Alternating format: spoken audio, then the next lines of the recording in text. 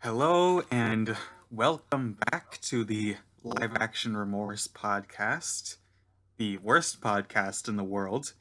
I am your co host, Nikki, And I am your co-host, Roxana. and we are back to jump back into the abyss of Disney live action remakes. This is a special episode. This is a very special episode, Roxy. Oh We boy. got we Oh got our boy. first sequel on We got our this. first sequel. I am starting to notice that the movies are getting bad. Did you notice that? Did you notice that some of these movies aren't very good? It's I don't know. How could one tell? How could one tell with the state of things? It's imperceptible. But yeah, this is a weird episode because it's a sequel to a previous live action remake. And Yes. we're gonna have to kind of alter the format a little bit. And I had a little idea of how we could get started, get in the mood. You know, another thing is there's no news for us to talk about. Usually we come in and we say they announced this remake when we were on break. they announced a remake, but no, it didn't happen this time. No, it didn't happen this time. Thank God. Yeah.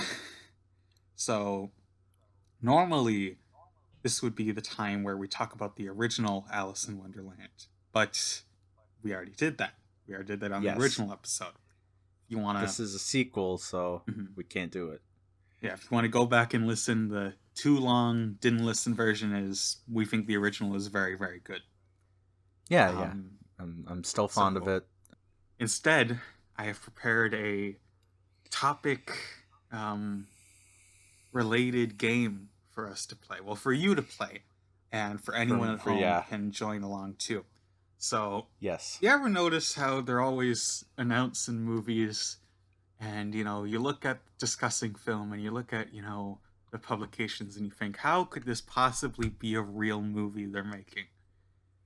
And we live in an IP nightmare.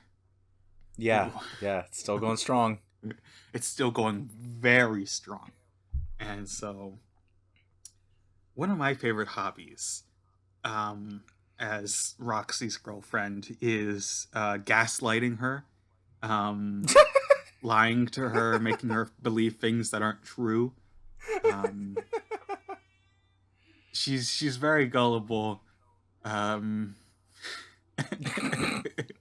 My favorite is making her believe that John Carmack was working at Elon Musk's Doge. I've made her believe other things, like they package peanut butter weird in Canada, and, things of the sort. Today is a new kind of gaslighting. I have compiled a list of real reboots, remakes, and revivals that are in the works, and a couple of fake ones that I made up. Oh boy. Oh. And this day has been long coming. It is your job to try and guess which ones are fake and which ones are real. Now, some of these, like I specify, it's a sequel, it's a remake. Others, I just put the brand name, and that's it. You can't ask me any questions, like what studio's doing it. Okay. Because the fake ones, I'd have to think it up on the fly. That's too hard. But do try and work through your process of what could possibly be real and what could possibly be fake. Okay then, yeah. All right. So I am ready. Let's get right into it. Our first one on the docket, a remake of Cujo. Stephen King's Cujo. Yes. Yes, it's real? Yes, it's real. This is something that I was a little worried about because I do tend to sometimes read the trades. So sometimes I do hear about things. I did hear about Darren Aronofsky working on it last I heard about it.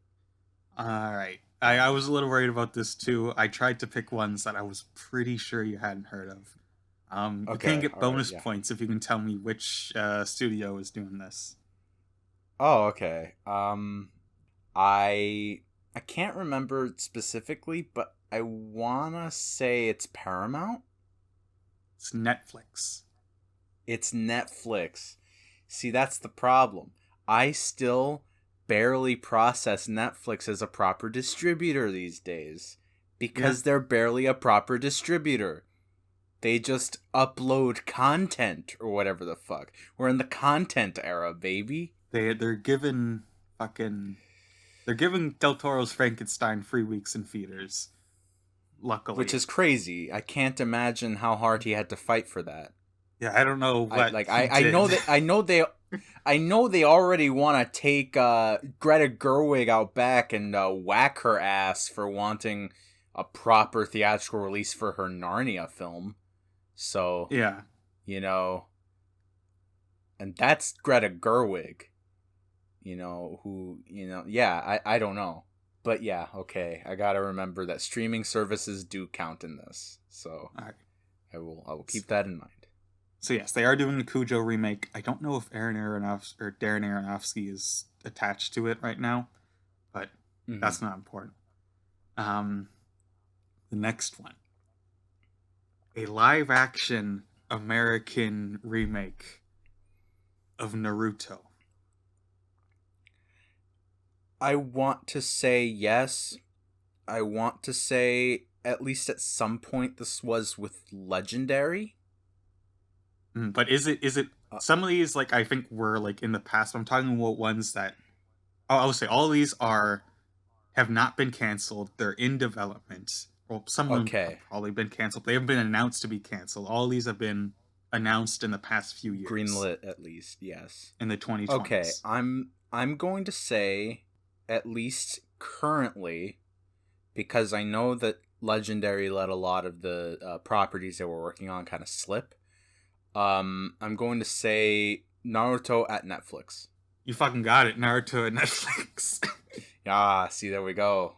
You don't have to do the There's studios for each still one. I only knew it for like those two. I believe it's Daniel Destin Cretton or whatever his Oh name is. Did yes, Shang yes, Chi? He's doing this. yeah, Shang-Chi. Yes, yes. Right, I know that right now he's shooting the new Spider-Man, so Yeah. he's probably not working on that right now. All right. Cars 4. Hmm. I want to say no. I want to say that is not a real one. Why do you feel like that? Why do I feel like that? I'm aware that they kind of did what I didn't watch Cars 3 because I don't want to. But to my awareness, they did their level best to retire Lightning McQueen, which is kind of the pull for Cars. At the same time, it's not like that ever stopped Disney. Like Yeah, I with wanted to mention Toy Story 4 and Toy Story upcoming Toy 4, Story 5. yeah, they're trying so hard. Every time they try to get out, they just pull them back in. But at the same time, I do want to say no because I don't know how much pull a a new Cars film would have. I feel like there has to be some understanding of whether something is relevant at all in any capacity. So like right now, my gut feeling is no, this is not in development. You're way better at this quiz than I thought you would be. Yeah, it's not in development. I made that shit up. Um, Okay. but if we could do another one, are they Okay. working on a prequel to Men in Prequel? Black? A prequel to Men in Black. I want to say no as a result of the bombing of Men in Black International. That's what I assume. I assume that they're perceiving this intellectual property as salted earth to some capacity, especially without the involvement of Sonnenfeld. Not that that ever stops studios, but I think they're trying to perform a necromancy that simply will not take with regards to Men in Black. And I do like Men in Black, but I think they're not doing it. All right, they aren't doing that. I thought if it was a prequel, you might believe it, because Nope. they're going back to their roots. It's for the fans, Going back to Roxy. it's for the fans. They We're get going back Josh to the Brolin roots. We're to gonna. come back as We got young Josh Brolin Tommy come Lee back. Jones. Fucking get Tony Shalhoub back in as Jeebs. Gotta get Jeeves back. I mean, it's for the fans. You gotta get Jeebs for the fans. It's for the fans, bro. Gotta get the pug back. We'll know it's really for the fans. If we would know if it was really for the fans if they got Karel Stryken back. Roxy, do you remember the Five Nights at Freddy's movie? Yeah. You know they're making like a sequel to that, right? Five Nights at Freddy's 2. Yes. You know the first one made like a shit ton of money. Yes, it did. It did quite well. Are you familiar with the game Poppy Playtime? Yeah. Yeah. Are they making a movie out of Poppy Playtime? Unfortunately, my gut is telling me that yes, they are trying to do that somehow. Why do you feel like that? Because the way these studios at the moment operate, it feels like they sort of decide what intellectual properties are untapped well springs and which ones are dried up. So like Men in Black is the example I pointed to for the latter, and this feels like the former, even though like I can't even fathom what that could possibly look like. I can fully imagine a studio at least snatching up the rights and attempting to make that into a film to try and grab the same audience that did see Five Nights at Freddy's. Unfortunately, you're correct, and they are trying to make Poppy Playtime the movie, Jesus the film. Christ. This is a game where if you win, you lose. Okay, Roxy. Mm-hmm. Gotta tell me, is this the real IP movie they're working on? Hot Wheels. Yes. Yes? Yes. Why do you say yes so immediately? Again, the trades. I'm pretty sure John M. Chu is working on it.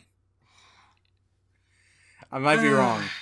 Yeah, John M. Chu is working on a Hot Wheels movie. Yeah. So, it doesn't have a director. Riddle me this, okay? Yes. Is anyone working on a movie based off of my favorite video game? Okay. Whack-A-Mole. Okay. Whack-A-Mole. I do want to say... I'm going to say yes. You had some trouble on that one. I was about to say no, and then I changed my answer. Why'd you change your answer? Because we live in a circus. And they are trying to draw blood from a stone pretty badly. I can imagine some level of maybe some animated movie for Whack-A-Mole. I don't know how they do it, but they're trying to do The Sims. So, like you said before, when you win, you lose. Yes, they are working on a Whack-A-Mole movie. Dear Lord, we live in a bad dream. Lord alive. To another amusement, another toy. Are they Another working on a toy, movie yes. for Furby? You remember Furby? I remember Furby. I'm gonna say I'm gonna say yes because we are, in peak millennial nostalgia right now, and Furbies feels like a movie that they could very easily do like a Trolls situation with, where all the all the Furbies have their own special designs and they have these wacky characterizations for the mystical world of the Furby. Yeah. Each Furby has a different personality, and you buy 10 different toys so you can get them all. Yes. Yes, exactly. Um, Extremely they can make an extremely toyetic picture out of this. Thank God I finally fucking got you on one of these. No, Furby Okay. is not a real No Furby movie. movie. Okay, okay. But you can see where I'm coming from logically. Yeah, yeah, that's why I put it in, because it's right at that millennial nostalgia point. I know they tried to bring Yeah, it no. back like when I was a kid, or when I was like a tween. Uh-huh, I was a bit uh-huh. too old for it. They tried to bring Furby back as like a toy. Um, Furby always made me uncomfortable and I never wanted any part of that shit. oh, have you ever seen the Furby centipedes? I think so. Yeah, it's I it's believe it's like so. many different like Furbies, sewn together, so it's just really long. Um, Long Furby. yeah, if you want to see something like really cursed, look those up. There's several of them. Furbies are Um, already cursed on their own. yeah. uh, Roxy, Mm-hmm. are they trying to remake The Thing? Yes. Why do you say yes?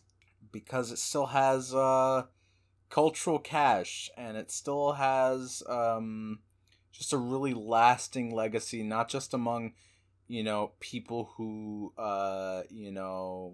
went on to repraise it like pretty swiftly afterward, but it's a movie that younger people have discovered and really appreciate and consistently praise in public um internet spaces. Not to say that that's the main thing that defines this stuff and that's why they're so goddamn out of touch, but also if they're too online they're still out of touch, but that's beside the point. I think the thing about adapting who goes there in any capacity is that it's pretty modular in terms of overall in like the specifics of it. You can you can have a really big cast like with the thing from another world, or you can have you can slim down the size of the cast. You can have a lot of gender dynamics that are um that can justify, at least in their minds, um doing the thing again. And so yeah, I think they're doing the thing again. I got you again. You There's got no me remake again, of The Thing. fuck. Thank God. You got me again, Oh, oh man. yeah, I think maybe the prequel they did in the 2010s put them off of it, but Maybe, who yeah. knows how executives think. I need you to know that in order for me to get as many as I have of these correctly, I need like something I am a little too good at sometimes is getting into the mindset of these bug fuck alien dipshit shareholder assholes trying to think like these executives who think, how can I best draw blood from this particular stone? It's terrible. I hate it. Well, what's another thing that millennials like? As we all know, Matcha tea. millennials. Are they making a matcha tea movie, Roxy? No, they're not making a matcha tea movie. They're Bro, not making a Netflix is matcha making tea. a matcha tea movie directed by John Watts. Okay. I will kill. I will kill with my bare hands.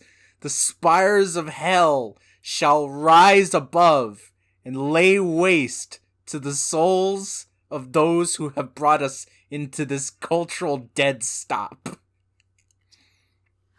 Okay, but what do millennials like? We all know millennials go gaga for the classic mystery series Murder She Wrote. Are they making a Murder She Wrote movie? Not a movie. I wouldn't assume. I'd assume they'd try to make it a show again. I'm going to say no. You're on a losing streak, Roxy. I'm finally God damn getting it! there. They're making a Murder Motherfucker! She Wrote movie starring Jamie Lee Curtis. Ugh.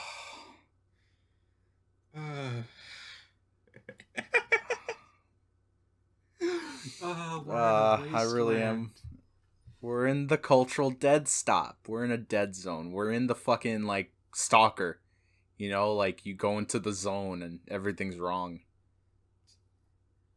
Alright. Only a couple more. Only do a couple more. Okay. A legacy sequel to Okay. Dirty Dancing. Yes. Why do you say yes?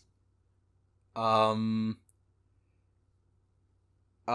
feel like since Stranger Things happened, we still haven't quite let go of the 80s cultural grip. And you know, we're you know, a lot of parents still alive. You know, who liked Dirty Dancing. My mom's fond of Dirty Dancing. And I don't know, it just sounds like something that would happen. Oh, unfortunately, yeah, they're making a legacy sequel to Dirty Dancing. I'm back. Okay, I can. You're back on the board. I was going through like just a list of productions and I saw it and I thought, oh my god, that's so stupid. It has to be something that I made up. But it's so stupid, it's real. Yeah, I can't. It's a real crapshoot with this. I've gotten most of these correct. The majority of these I've gotten correct. I had a really good streak there.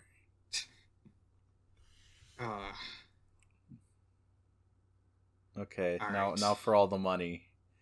At least I think so. No, I assume. I'll do like a couple. I'll tell you when we're on the last section. Okay. Right, yes. Here's one. Okay. Red Dead Redemption. The movie. No. No? I don't believe it's happening. I know that Rockstar is kind of like Valve in some respects, which is to say they don't tend to get along with third parties very well. And you know, I don't think, for one, it's basically impossible to adapt either of those games specifically, if they did adapt the game specifically. But even so, like, I don't think people perceive the Western's not back in any real way. The Western has become a niche entity, and I think I can't see it happening. You are correct. I did make that one up. Right. But I do have another video game movie. All right. Another one I had on here that I'm not going to ask, I'll just say it right now, was Gears of War. That one is real. I was kind of worried that you would know what was real. Yeah, I know. It's a thing. I read about it. Yeah. But is this a real movie? Space Invaders. Oh, this is a toughie. This one's tough. I want to say yes, if only for the simple fact that they were trying to make Pac-Man into a movie for a while. That's honestly like the basis of my response.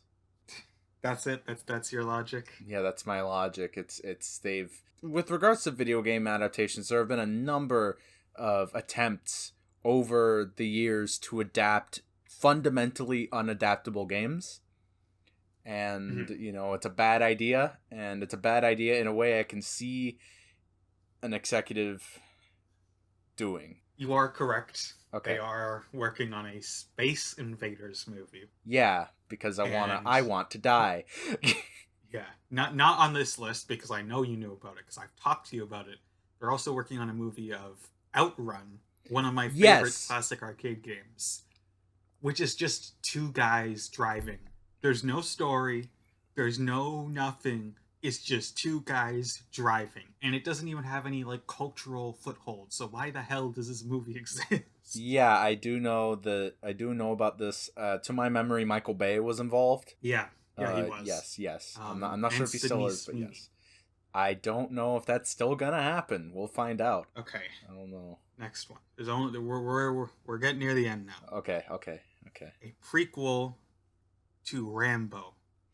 Yes. Yes. Yes. Why? I can see, assuming that Stallone has any pull over it at this point, I can see him wanting to still do things with the character even though he can't play him anymore.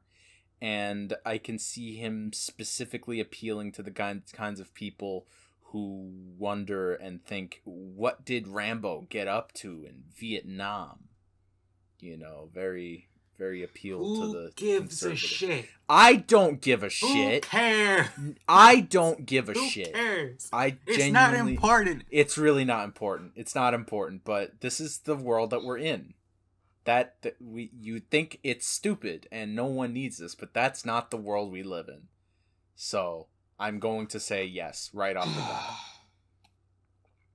Yeah, it's fucking real. Oh my god. There's some whatever boy is hot right now is starring in that as Rambo. It's fucking stupid. Fucking what? Okay. This is the last section.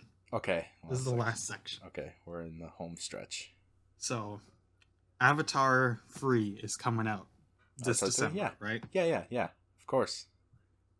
I support. I'm working on an Avatar 4. We're on an Avatar. What? Is Avatar 4 coming? Yeah. Is Avatar 5 coming? Yeah. Is Avatar 6 coming? Maybe. I think you said it depends. Is Avatar 7 coming? I don't think he's thinking that far ahead. His ass will probably be in the grass at that point, and I think he knows that. Is an Avatar Disney Plus series coming? I can't imagine it would happen. Just because Cameron's still alive. And I don't think he'd... Yeah, okay. Yeah. They're only going up to 5. I was curious if I could get you to say how many avatars I could get you to say they're making. No, yeah, I think... I only know about up to 5 at this point, though I know that, he's basically at the point of as many as the industry and God will allow me to make. That's kind of his point with Avatar. Yeah.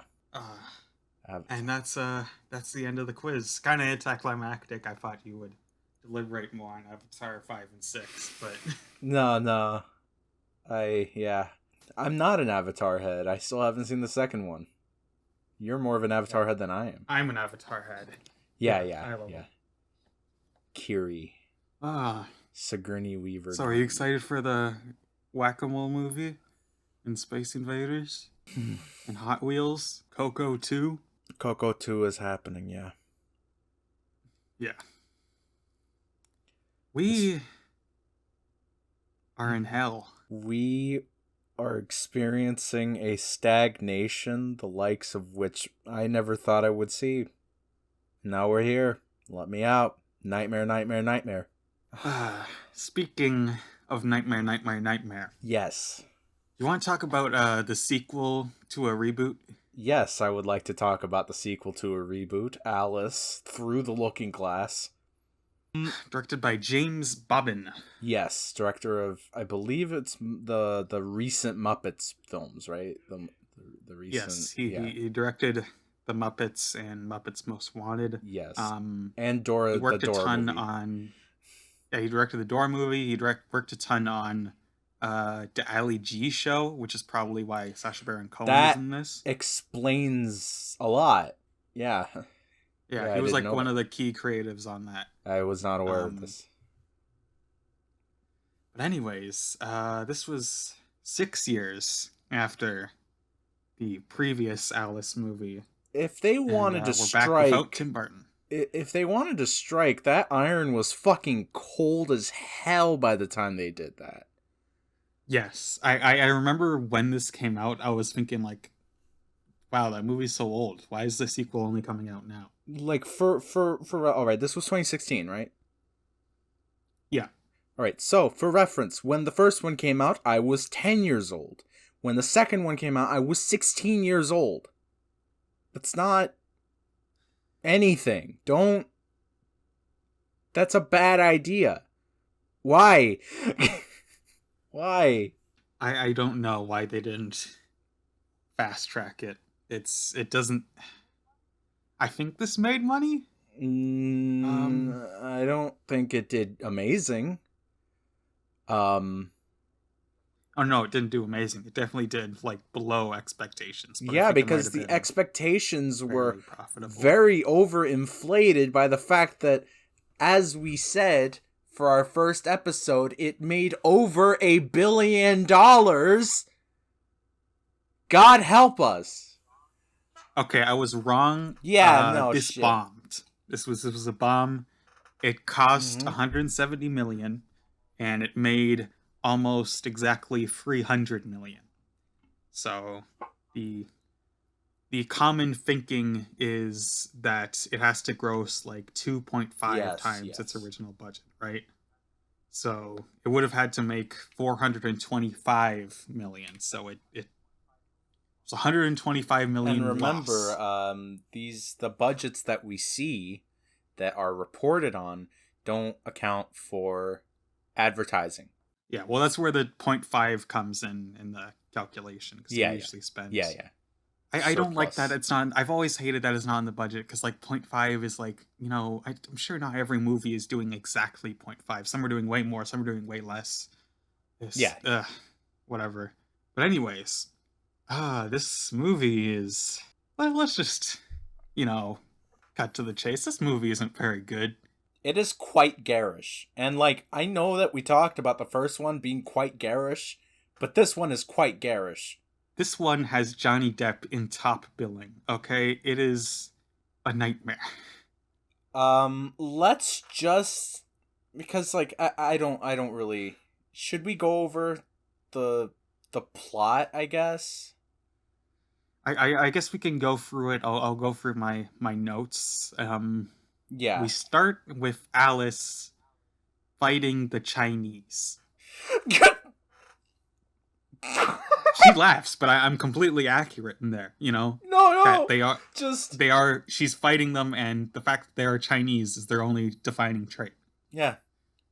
She's fighting the Chinese aboard the good ship, the Wonder. The Wonder. It's called the Wonder. It's just I wonder who's wondering, because it's sure not the Chinese. They're fucking dead, because she's fighting the Chinese. So she's like out at sea in like a storm, and these ships are chasing her from China, which she has explored in her, voyage. And they don't explain why the Chinese are mad at her or want to kill her, or what's really going on. But she's a white girl. The only thing I know is that Mia Wasikowska coming back, looking great, looking fantastic.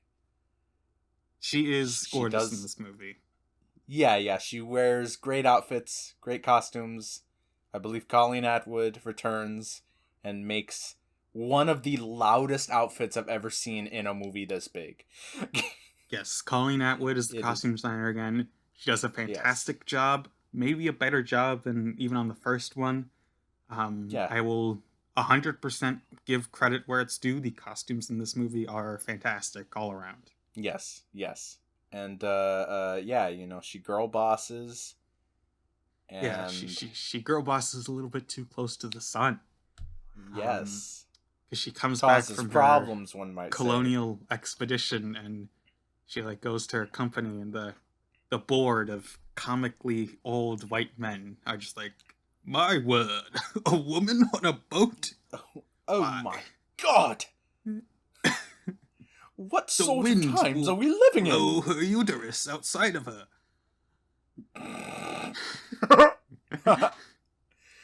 And um, and yeah, they want to her take her off the her boat. yeah, and like it should be noted that the head guy who's trying to take her off the boat is the guy that she rejected at the end of the first movie, the Mm-hmm. cartoonishly British man played by Leo Bill, who is doing things in this movie. I just want to note Yes, as an aside, he he is was hamming it up incredibly loud. very hard. Yeah. And you know what? It's like I don't think it's the wrong call. I just think that it makes the movie more annoying to watch. It's not that he did badly, it's just that his entire situation is annoying. So he's annoying. And yeah, his dad who hired Alice is now passed on, so he wants her to become a clerk instead of a No, captain. a clock. A clock. Clock, as he says Very good job many for a times. woman. And A clock. then she sees a butterfly, which is Alan Rickman back in his final role, His unfortunately, final role. in this fucking piece of shit. And Ugh. It happens. It happens a lot. it happens a lot. And he brings her back to Wonderland through Not a, everyone gets a Jason Robards in a big Magnolia. mirror. Yeah. She goes through the looking glass, which is a It's a mirror. titular looking glass. I want to note real quick. I was going to read through the looking glass for this because when we started, we hadn't decided on reading the text, prior to the watching the movie. Mm-hmm. So I didn't do that for the first one, and then I was going to do it for Through the Looking Glass, but I very quickly realized that there are very few elements of that book in this movie. There's maybe like two of them, two or three. Yeah. And then everything else is just sort of made up whole cloth by. Did Wolverton come back? I can't remember. She did. She did. Yes. Yeah, Yeah, made up whole it's cloth by Wolverton and her third outing on this podcast. yes, third and not final. But yeah, it's only called Through the Looking Glass because that's the name of the sequel to Alice in Wonderland. Yes. There's no deeper meaning behind it. Um, Yeah. but anyways, she gets to Wonderland and she finds out what this movie is really about. The Mad Hatter is sad that his parents died 15 years ago. Yeah. And, not And only is he sad, but he seems to be experiencing some form of genuine delusion or psychosis, at least seemingly, from the outside of the yes, movie. So, obviously, one is more than a little concerned that perhaps the Mad Hatter might have madded a little too close to the sun, as his friend Alice has girl bossed a little too close to the sun. And yes. he she talks with him and he's like, they're alive, I know it. And she's like, they're dead, they've passed on. He's like, you don't believe me. And the color leaves his face, whatever color Yes. there is, because he's wearing white face as He's the Mad Hatter. he's already very white. The color mostly just leaves his hair. Yeah, it mostly leaves his hair and also his his highlights on his makeup, the blush and Yeah. everything. And so he Um, is this mhm. incredibly toxic asshole who's like, you don't believe that my dead parents are alive. You're not my real friend. Fuck you.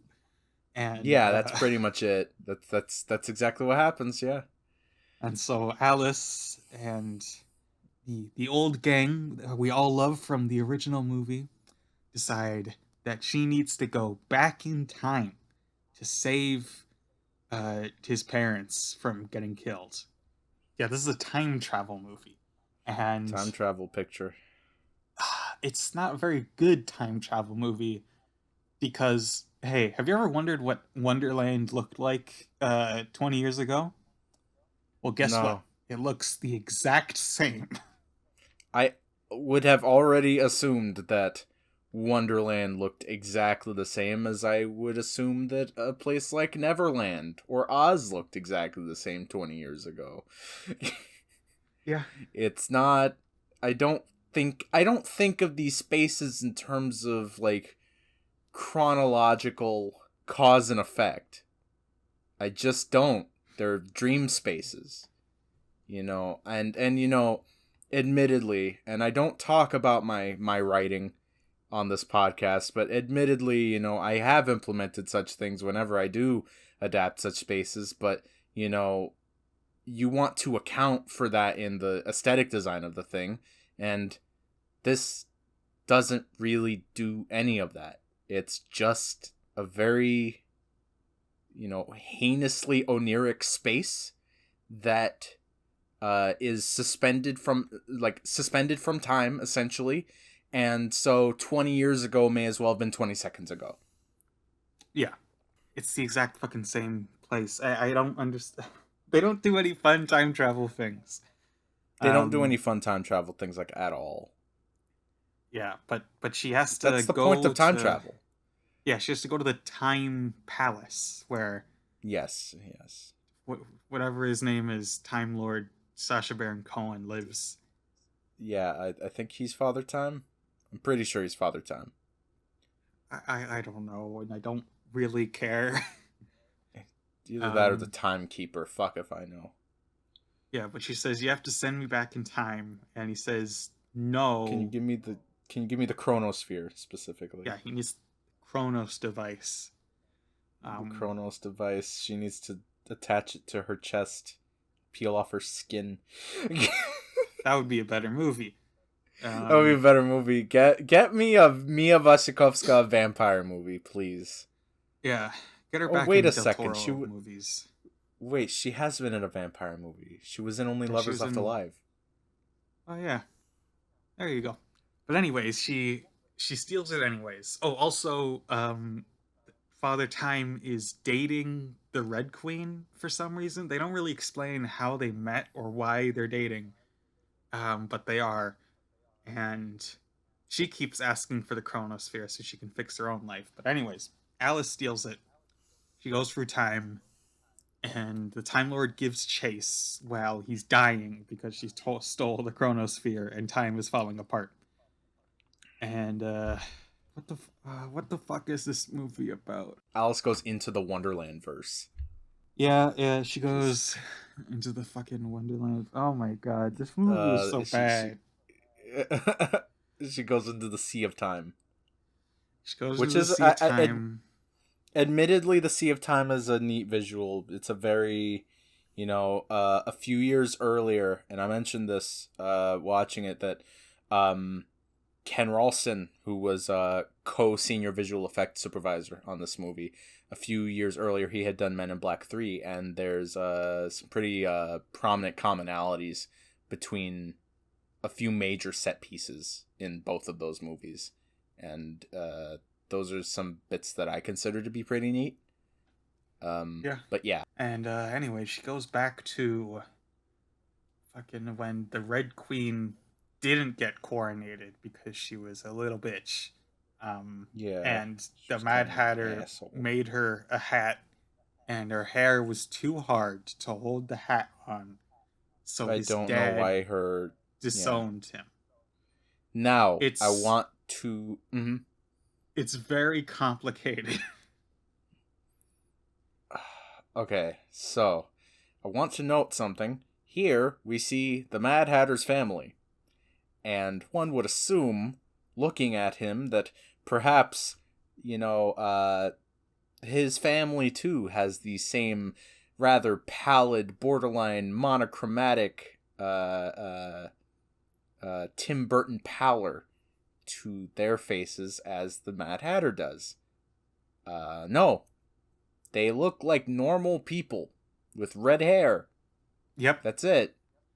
You might think, Reese oh, did Ifans he has a big mustache. did he like turn pale and weird looking after his parents died? Nope, he was like that ever since he was a little child. I mean, But the rest of his it's weird family looks because normal. you do see him as a child and he doesn't have the white face yet. So at some point he just gained white face. White I face thought he plus had white one. face as a kid. No, he was just a pale kid, like pale in a Oh. normal pale white kid way. He did not have the white face. He did have the digitally enhanced in post-production big eyes that they give Johnny Depp, and it looks really uncomfortable and makes me want to leave. I don't like saying that things remind me a little bit of generative AI, but the big eyes kind of did that for me. Because, big eyes happen a lot in that sphere, but that's beside the point. Yeah, it's weird. I don't know why he has white face and his family doesn't have white face. Either they all don't have white face or they all do. Yeah, but we do get to see the amazing origin story of why the Red Queen says off with their heads, which I've always wanted to see. Obviously, we've all always wanted to see the origin of that. Yeah, exactly.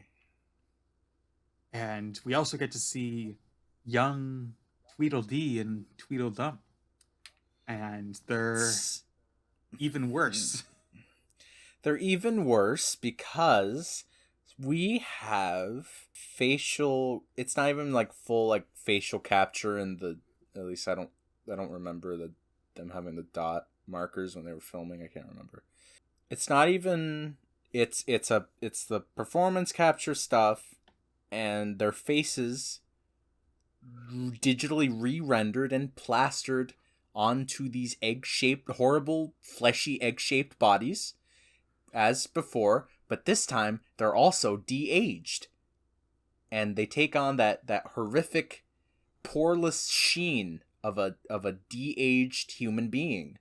So here we have these poreless, horrible, fleshy homunculi throwing snowballs at each other and laughing with the face of the dreadful Matt Lucas, and I want to cry. I simply want to recede into the dark, never to be seen again when I bear witness to these horrible monstrosities. That's the thing about this movie. It's ugly again, but in a completely different way than the original. Yes. Because the original is Tim Burton ugly, and this is just normal ugly. And I will say, this is not nearly as ugly as these movies will get. Oh boy. But it ain't a looker either. It's because here's the thing, like a lot of them will start to get pretty ugly, but not all of them will get this sort of garish. I almost sort of appreciated when I wrote, because I rewatched the both of them, just with family at random one day, and I wrote up some posts about it, and at the time I almost appreciated sort of the difference in the visual design of the movie compared to, like between the first one and the second one, where, the first one sort of goes for this, it is an ugly movie, but not for lack of trying, like it has these lovely like the actors when they are on screen and present are lit quite delicately. It almost feels, like I said when we watched the first one, almost sort of pastel like, the what I perceive to be the Arthur Rackham influence, and that is completely out the window with Stuart Dryburgh, who shot this one. And it is much more flatly lit. It's much more fill light defining the entire face and body. And, as a result, it somehow feels more soundstagey.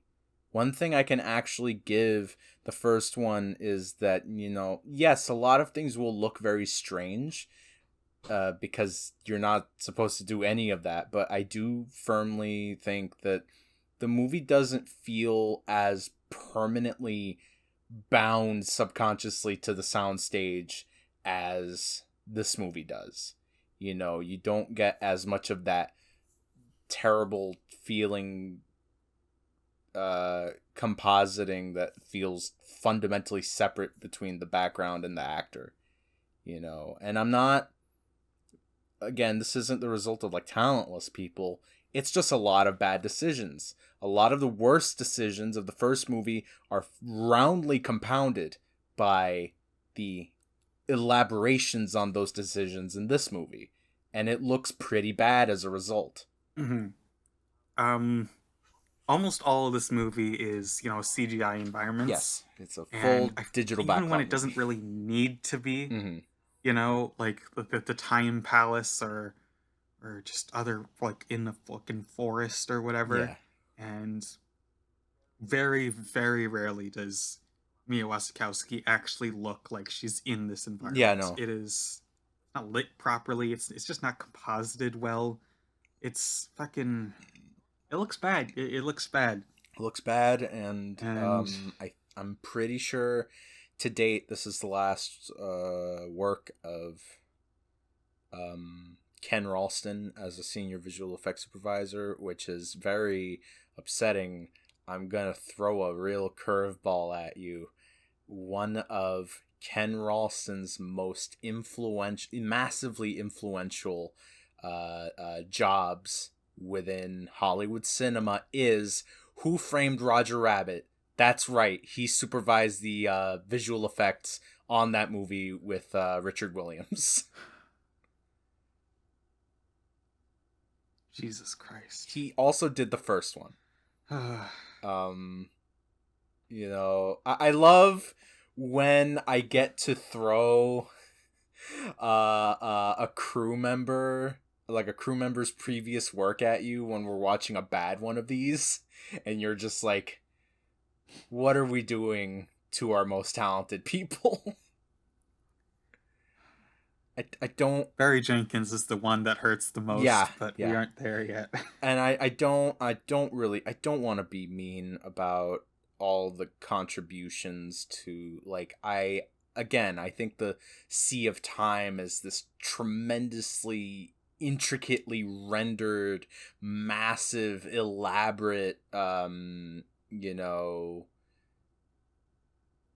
dreamscape space that I do appreciate. There's stuff I like here, but it feels, I always feel that, okay, well, all of this is about not putting things together in pre-production enough. It's about, just bad decision making on the part of other people. I never want to be an asshole about it, but it looks really bad pretty often, the majority of the time. So yeah, I think it sucks where we're at with this movie, that the movie was made 6 years later and somehow feels like a step down in a lot of regards. Like I think about Giant Alice, or Big Alice, in the first movie, interacting with all these different things, and it feels pretty seamless and thoughtfully integrated, because that's one of the things that Ken Ralston has always been great at as a senior visual effects supervisor, is managing how animated characters and environs will interact with live action subjects. He's been very good at that for a long time. He was one of the relative old guard at Industrial Light and Magic, going so far back as to have worked on, I believe, Empire Strikes Back. He's tremendous, and this sucks.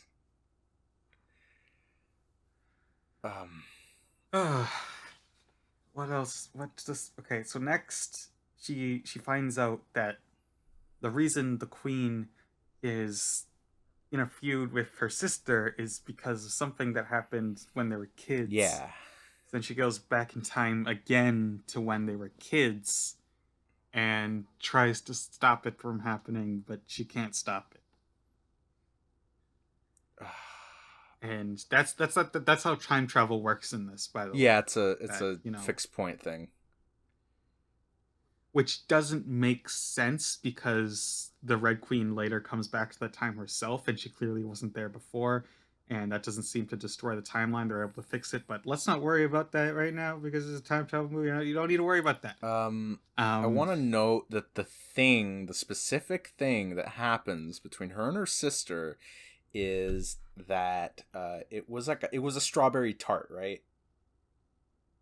Yes. There was a strawberry tart, or not strawberry, but it was a berry tart of some kind, and their mom said, no, you're not allowed to have any. Her sister, the White Queen, stole one, left a bunch of crumbs, and when the mother found out, she pinned it on her sister, the Red Queen. And I want to note something about this. First of all, like, I understand that you can hold on to some pretty fucking stupid grudges as a person, as a human being, because I do it all the time. It's not good for me. I get it.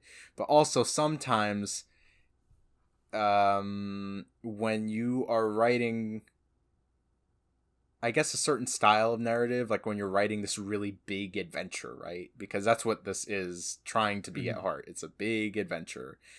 And then the impetus for, a major conflict within the narrative is my sister ate some tarts and lied about it.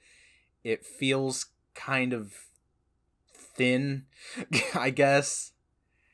And then also, I want to note that I just realized that the berry tart is probably a callback to the first one, when the Red Queen's very first scene is predicated on a frog foot servant stealing 3 squimberry tarts. So mark that down, because we're doing callbacks for things that, continuing to be the definition of you really thought you did something there. You thought the first one was iconic enough to be doing that, which is ludicrous. Yeah, I can kind of see it that, like, it's supposed to be a joke, that how small this thing is, and she's so, like, bratty that she carries it around forever. But the problem is that it's just not that funny, so it doesn't work on that level either. No. Also, we should mention that she gets so mad about it, she runs out of the house and hits her head, and that's why she has a giant head in the future. Again, this isn't really explained why that was a special hitting your head event. It's like X-Men. You have some kind of traumatic experience and it awakens your X gene, and her X gene was getting a massive cranium. No powers, no special abilities, just a really rather large head. That's her mutant power. She's mutant and proud. Yeah. Anyways, Alice fails to stop this because she just ends up hitting her head in a different way. It's a fixed point in the timeline, and then time catches up to her. Also, I looked this up when you were talking. Mm-hmm. His name is not Father Time. It is just Time. Okay, it's just time. He's just called Time. He's just Time. Time. So time. That's fine. Time catches her, and she escapes through a looking glass, and then she wakes up, and I start screaming. Wait, you start screaming? I start screaming when she wakes up.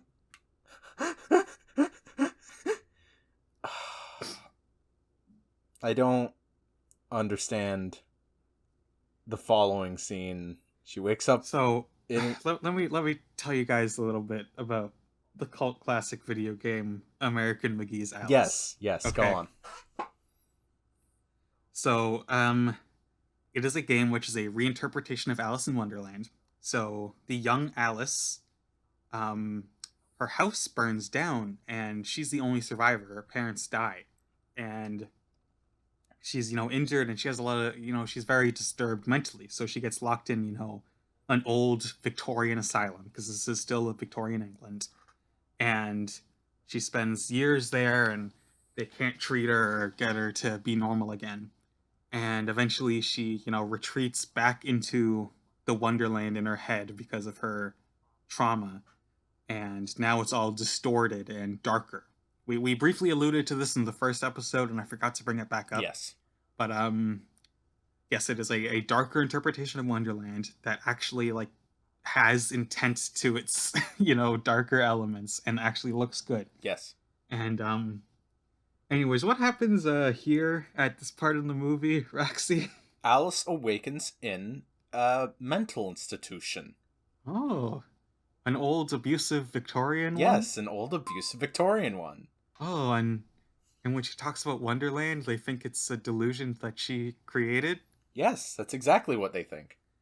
I'm not saying they stole it from American, but it's looking a little bit suspicious, Linda, okay? I'm watching you. I just want to put in this aside now that you've mentioned American McGee's Alice. Thanks for nothing, Electronic Arts. Fuck you. Fuck you, Electronic Arts. For context, for those who don't know, Yeah, Electronic Arts canceled American McGee's final Alice game, resulting in his exit from the video game development scene entirely. So that's what happened there, and we are still frustrated by that. Yeah, but anyways, when she woke up in this hospital, that was the most excited I got in the movie, Yeah. because I just started screaming on the voice call, American McGee. I was genuinely admittedly, because I didn't say it in the chat, but I was bewildered by initially, when you started stammering, I was like, what's going on? Are you okay? They really did that. They really did that. And featuring Andrew Scott as Andrew Scott, who played Moriarty in Sherlock, as a quite lecherous man working at the mental institution, trying to pump her up with drugs and not giving a shit whether her mom even sees what's going on, which seems accurate. He's very sleazy in the probably actually seconds he shows up. Probably at best 2 minutes. Yeah. She runs away. She runs all the way from the roof of the asylum all the way back to the mansion of her former fiance to get back in the mirror. Yes. Which is a long way. I don't know how she wasn't stopped. Yeah, I don't know. Well, I know she hitched a ride. I know she did do that. Yeah.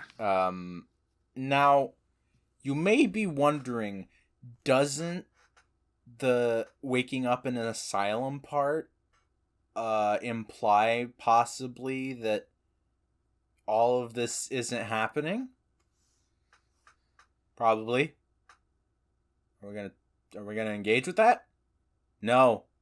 It's only gonna come up this once. I don't. Linda just wanted to be a gamer. I don't even. Don't we all? There's that reminds me of the fact that we said that if this movie had come out earlier, we would have gotten a licensed game out of it, and it would have had a lot of platforming, because Alice does a lot of platforming in this movie. She does do a lot of platforming. She jumps around, and she's hopping on the time palace, the arms of the giant clock. A lot of platforming. Yeah. Um, The first mhm. Alice in Wonderland had a Wii tie-in game, and Yes. maybe one on the DS. But there was no Alice Through the Looking Glass for the Wii U. Because, it had been 6 years. 6 years of time had passed. Mountains Which is moved. basically 10,000 years Yeah. in both the film and gaming industries. And honestly, that's when everything started going to shit, particularly in America. So, um, it really was like 1,000 years. But yeah, she goes back through the looking glass. What happened? I don't even remember where she ends up. Me neither. She fucking somehow she goes back to when his parents died. Yeah. And A moment that is shown in the first one when the Jabberwocky attacks the village that Mad Hatter is from. yeah, and so she goes and finds them, and she can't save them, but then she finds out that they didn't never die. really They were died. taken captive by the Red Queen because of her vendetta. And Alice is like, "Oh my god, my insane clown friend wasn't insane in this particular way." And so she goes back to the present and goes and tells the Mad Hatter, who is like about to die because he's so sad that he was right. And then they go to the Red Queen's vegetable palace. Yeah, she's in the Outlands. Don't even worry about that right now. She's in the Outlands with everybody else that got banished is either dead or a vegetable. And I'm not saying vegetable in the disabled sense. I mean vegetable as in these are literally vegetable people everywhere, and I don't know why. This is another thing where how she took control of the vegetable kingdom isn't explained. Don't worry about it. And I never really worried about it, Alice, but it is kind of weird. Yeah, I don't usually like point out plot holes like this in movies, but I am pointing them out here because there's like 10 of them. It's a compounding effect, truly, more than the first one. Yeah, the first one is not full of if this is only like one or two things, you don't care. But if it happens this many times, you're like, your script's not very tight. Yeah.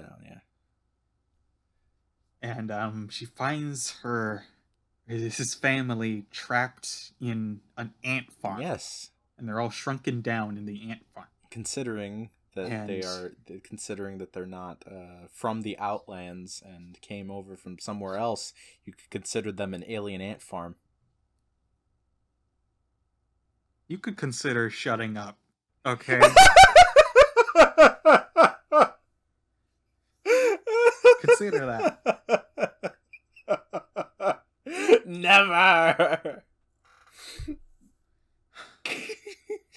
Anyways, yeah, they're in an ant farm. In this very convoluted plot, the Red Queen comes back. She catches Alice and the Mad Hatter. Then she takes the Chronos device and she takes her sister and she goes back in time to the tart day. And she's like, "Look, the tarts." And she's like, "White Queen, admit that you ate the tarts." And for some reason, which I still don't understand, like 30-year-old White Queen in Hathaway still denies that she ate the tarts. I don't know what she's gaining from this at this point. And then Red Queen gets really mad and she yells at the young versions of themselves, which, seeing her younger self and her younger self seeing her older self, breaks time and the universe gets covered in some kind of rust. I was trying to figure out what the design point of reference was, and I couldn't figure it out. I just have to assume it's rust. I don't really know the design causality here, but honestly, it literally doesn't matter at all. This is just me nitpicking because of the way that I am. Yeah. But fucking why is so much shit happens? So much shit happens in this movie, and But also it feels they like have nothing happened at all. yeah. That's the weird thing. Nothing happens, but so much happens. So much happens, but nothing is accomplished. Yeah, Um, exactly. so they have to bring the Chronos device back to the Time Palace to stop the world from ending, and they they do that in a big action sequence. Big action sequence, and it's pretty tiresome. Pretty tiresome. There's nothing as cool as Mia Wasikowska in a full suit of armor with the Vorpal sword. No, she's got to be in a Nothing that. swashbuckler. She's got to be in a Oh, swashbuckler. You guys don't understand that the woman has to be in a swashbuckler. she has to swash some buckles. Okay. I want to see Mia Wasikowska do a full Captain Blood. I want to see her do what Prince Charming did in uh, Alice in Wonderland 3: A Twist in Time, when he Yes, jumped onto the ship and rode the sail down with the knife. she can play Prince Charming in the live action remake of that. Can't be saying things like this to me, because then I want them and I can't have them. This is your uh, punishment for my Alien Ant Farm bit. yeah, that's your punishment for Alien Ant Farm. No Prince Mia. uh, And fucking they save time, and Johnny Depp is reunited with his long lost papa, and I feel nothing. Nothing at all. Nothing at all. I feel Because nothing. And here's. like, that's the main Mhm. conflict of the movie, and they finally get back together, and I feel nothing. Why should we care about his family? Why should we care about him? The movie doesn't give us any reason. The only one that talks is his dad. Yeah, and his dad's an asshole. She gives the chronosphere back to time. She has her goodbye with the Mad Hatter, to which I feel nothing because I hate the Mad Hatter and want him to die. And I think it's a wonderful thing that this film won't have any further sequels unless something really bad happens and someone has a stroke that results in them greenlighting a third film. Mad Hatter Disney Plus series. I will kill. Um but yeah, she departs, goes back home. I want to make it clear that it's pretty firmly implied that, all of this did in fact happen. So Mhm. that means that the asylum bit is just kind of there because we do a little trolling. Yeah, I don't really understand the logic there, Linda. Help me out. Were you just being a gamer, Linda? it might have been when she came out of the mirror. She like fainted. It's kind of edited weird, and then like they brought her to the asylum after that. But that also seems like a weird jump in logic. It's Yeah. it doesn't make any fucking sense. One thing I do want to say is this this might just be like my preferences for storytelling and all that talking, but Mm-hmm. why does she go back to England? Why doesn't she just stay in Wonderland? All of her only friends are there. If she goes back, she doesn't think she's going to be able to get her ship back and have her life's dream because she lives in fucking a terrible society for women. So why doesn't she just stay in Wonderland and do what she wants to do there? Are there not places to explore? This is a good point. I appreciate you broaching this. Yeah, I don't know. I really don't know what she's getting out of the station she's in. It's not because, like, we can fall prey to the thing where, like, oh, there was only really misery and shit in the past. But for the things she wants to do, life is a lot harder. Yeah. in England trying to do All she those things. has in England, in the other world for her, is her mother, who is Who very old and sucks. also pretty outright betrayed her by selling their house and the Wonder and everything she had left of her father and making it so she's the reason she can't have a real career on her own as a captain. And it's Yeah. only after when the mother says, "Actually, I changed my mind now." And that feels like it comes out of nowhere that she's able to continue being a ship captain. Yeah. So I I don't buy that she would want to go back to the real world. I wouldn't if I was in her position. No, nah. Like look, I as a viewer, I really don't care about her relationships with the people of Wonderland slash Underland. Because remember, it's called Underland. They don't Oh mention yeah. that ever again in this movie, other than a sign that says Underland. I don't give a fuck about her relationships with these people, but within the context of the narrative, this is her family. These are the people she's happy to see again. These are the people that make her happy to be around.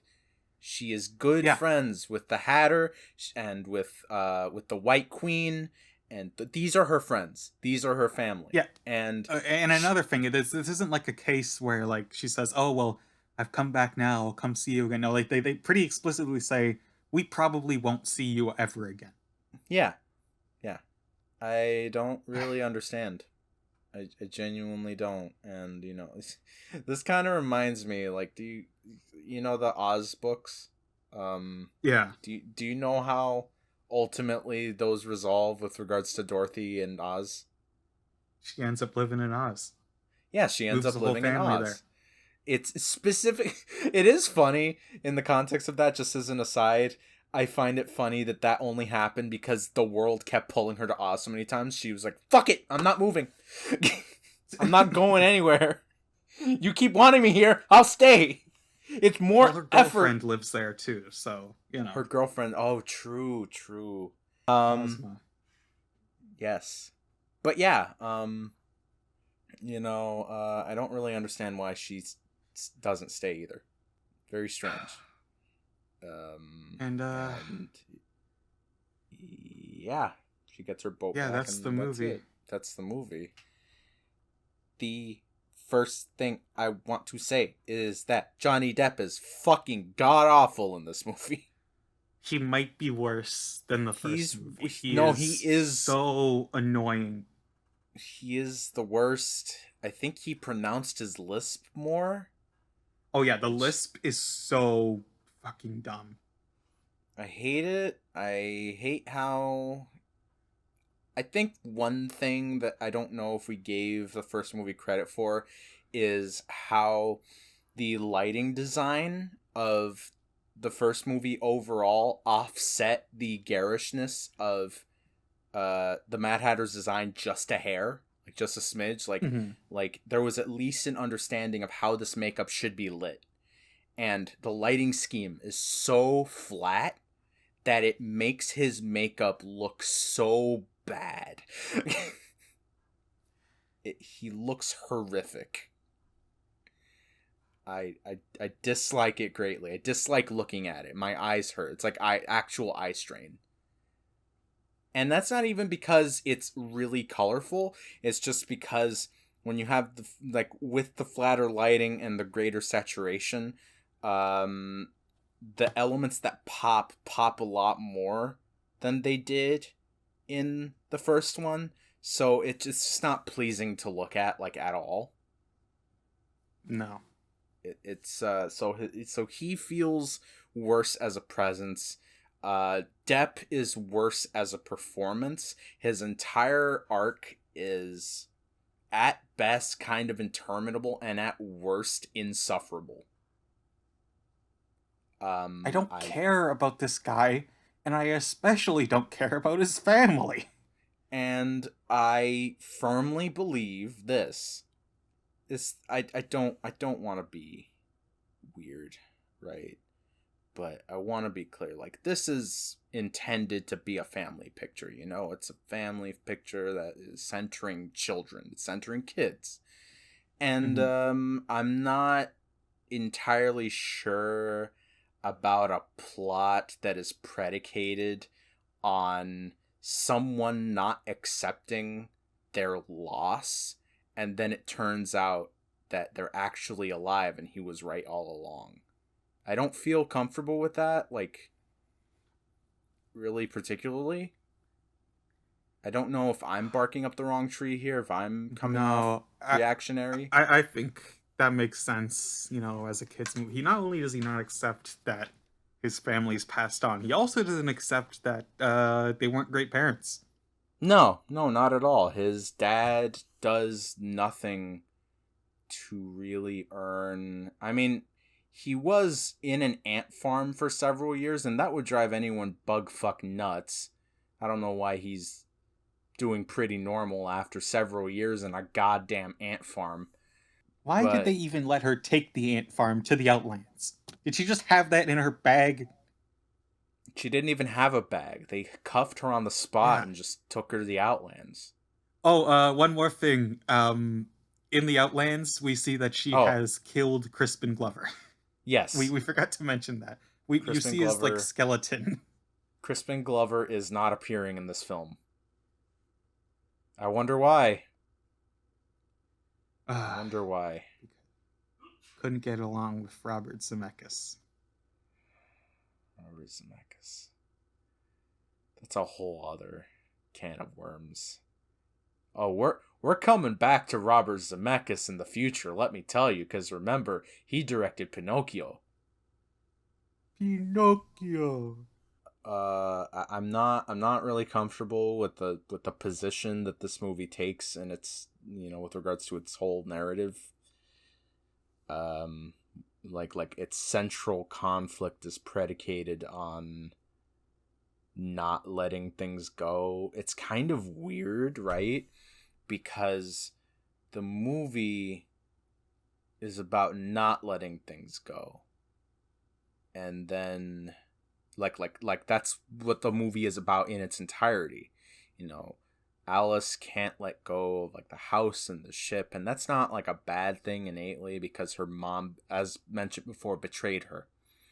But then it starts spreading to other things. The Hatter can't accept that his family is gone. Um, the Red Queen will not let go of this thing that she did in the past that, um, still hurts her, and, kind of she feels, I don't know, I guess obligated to keep acting like this giant asshole because of it. I don't know. The White Queen won't really let go of it either. And she's the one that did the deed. The movie is predicated on not letting go, right? And then at the end, Alice gives Time her father's watch as a way of letting go of him. But that kind of flies in the face of the Mad Hatter's arc, where he doesn't let go and is rewarded for it. And that is fucking weird. And you know, the Red Queen doesn't let go of that thing from when they were kids.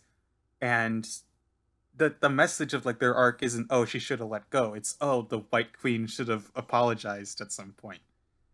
Yeah, which maybe she should have. I mean, she I should would. have, but also, the Red Queen also should have let it go. It's been 30 years. Yeah, yeah. You are grown What a adults now. weird movie. It is so strange in ways that I don't get. I genuinely do not understand. It is pretty incomprehensible on a textual level. I can't tell. It almost doesn't feel like the movie has designated beats to it, but it's not like a kind of languid onirism either. Like, it's not a very like dreamy, you know, mindscape. It's just kind of, and some stuff happened, I guess.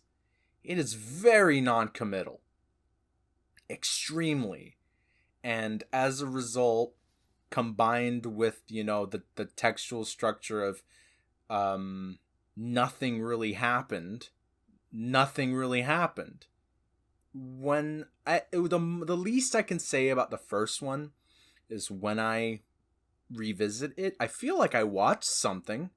I feel like I witnessed something with beats and some at least attempts at tonal demarcation of any kind, scenes. And here it just sort of feels like one long scene where not much really happens. It just sort of feels like pure information without any emotion. It has the energy of nutritional paste, or like the weird nutrition cubes from Snowpiercer. Like I'm receiving the information and I feel nothing about it because there is no... Actually, I'll just say that the movie doesn't have a tone. I'm not saying it's tonally confused, it just doesn't have a tone. It is genuinely very... I feel no strong way, one way or the other, about its entire self. The movie is bad. The movie's bad. The movie's bad enough to the point where I'm coming up on the realization that I don't know how much more I have to say about it. I think we've said what we want to say. Yeah, no. It's bad movie, don't recommend. Still haven't seen Bobbin's Muppets movies, and I probably should, because I've heard they're okay. They're good. They're very good. Okay. I'll trust that. But, it's also, the Muppets. It's hard to mess that up. I do want to ask, though, before anything, because we've been kind of... I didn't ask about it after we finished watching, because I wanted to save it. What did you actually think of Sacha Baron Cohen's performance in this movie? Fine. I think it's alright. Fine. I think he's going for it I think he's almost closer to charming, endearing weirdo than the Hatter ever gets to. And I know the bar's in hell, but there's a scene where he's chasing her through the sea of time and he starts singing in German maniacally, and it's the one time that either of these movies truly feels like an Alice in Wonderland piece. Yeah. It's pretty too little too late at that point, but for what it's worth, it's there. And yeah, that's really all I have to say. Pretty broken. I will ask, even though I think I know the answer, how would you rank the 3 Alice in Wonderland movies? How would I rank the 3 Alice in Wonderland movies? Well, yeah, it goes in order of release. Yep. First one, the original Walt Disney movie's great. Still great. Still love it. This has even less to do with that movie than the first one that Burton did was. And then, the Burton one, because I'm always going to have a soft spot for it. That's not going away. That's still not going away, even with everything that I've said, even with watching this movie. I'm still going to have that soft spot for it. I still have the nostalgia. It's still there. And then this movie's bad. It's pretty bad. I'd say the original, number 1, great movie. A very, very long drop off. Mm-hmm. The Burton movie, and then this. Where would you put it in your overall ranking of the live action remakes? I'm gonna start having to keep the list of them in front of me, so that after this episode, they're pinned in our Discord messages. Yes. But as it stands, Cinderella still at the top.